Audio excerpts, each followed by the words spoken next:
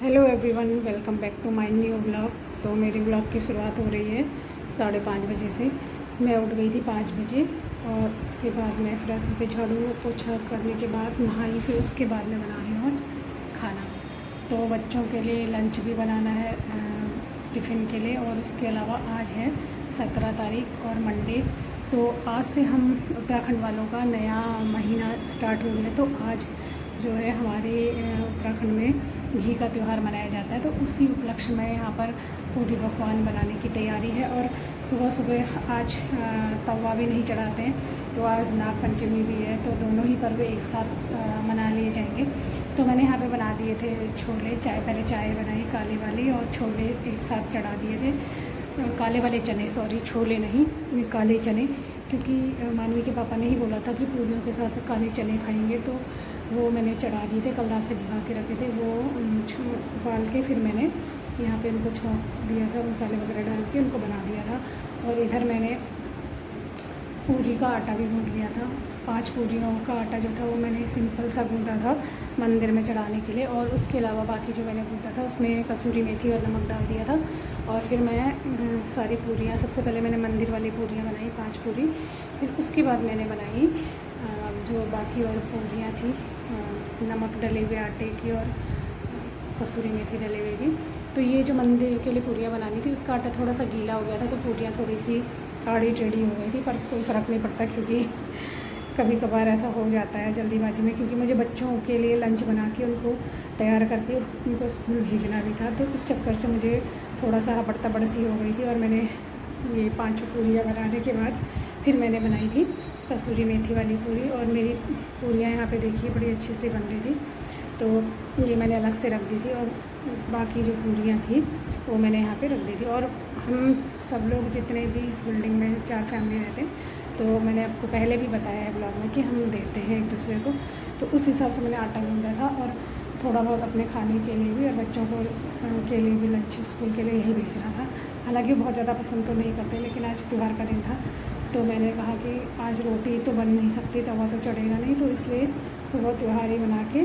और हमारे में कहते हैं कि बाँस उठाना, यानी कि तेल की जो स्मेल होती है उसे, मतलब त्यौहार बनाना या पूरी पकवान बनाना ही उसी ही बाँस उठाना कहते हैं। और यहाँ पर मैंने बच्चों का लंच रेडी कर दिया था, उनके लंच बॉक्स में डाल दिया था, रख दिया था, और पानी की बोतल वगैरह सारा मैंने रेडी कर दिया था। फिर उसके बाद मैंने उनको तैयार किया था। और देखिए यहाँ पे सिंक में बहुत सारे बर्तन हो गए थे, तो मैं जब बच्चों को छोड़ के आऊँगी उसके बाद ही उनको साफ़ करूँगी।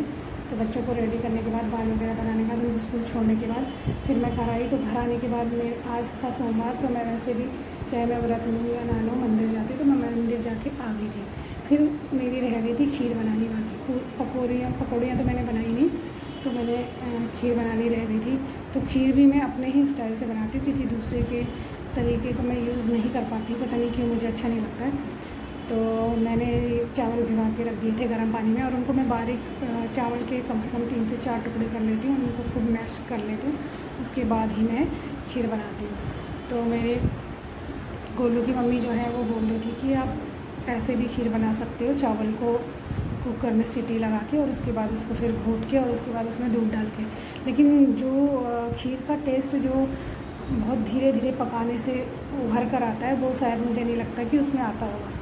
मैंने वैसे खीर कभी खाई भी नहीं, और हमने यही खीर बनाना सीखा अपनी मम्मी से, तो मैं इसी तरीके से बनाती हूँ। थोड़ा टाइम ज़रूर लगता है इसमें, लेकिन खीर का जो टेस्ट आता है ना, वो बहुत ही मस्त वाला आता है। और सब मेरे खीर की तारीफ़ करते हैं कि आप खीर बहुत अच्छा बनाती हैं। हालांकि मैं इसमें कुछ भी ड्राई फ्रूट नहीं डालती हूँ, ड्राई फ्रूट्स वगैरह कुछ भी नहीं डालती हूँ, ना ही इलायची डालती हूँ, क्योंकि बच्चे मेरे दोनों के दोनों नहीं खाते। मानवी को इलायची का टेस्ट पसंद नहीं, और हर्षिता को ड्राई फ्रूट्स खीर में ऐसे डले हुए बिल्कुल भी पसंद नहीं, तो उनके चक्कर से मैं बिल्कुल भी नहीं डालती, कुछ भी नहीं।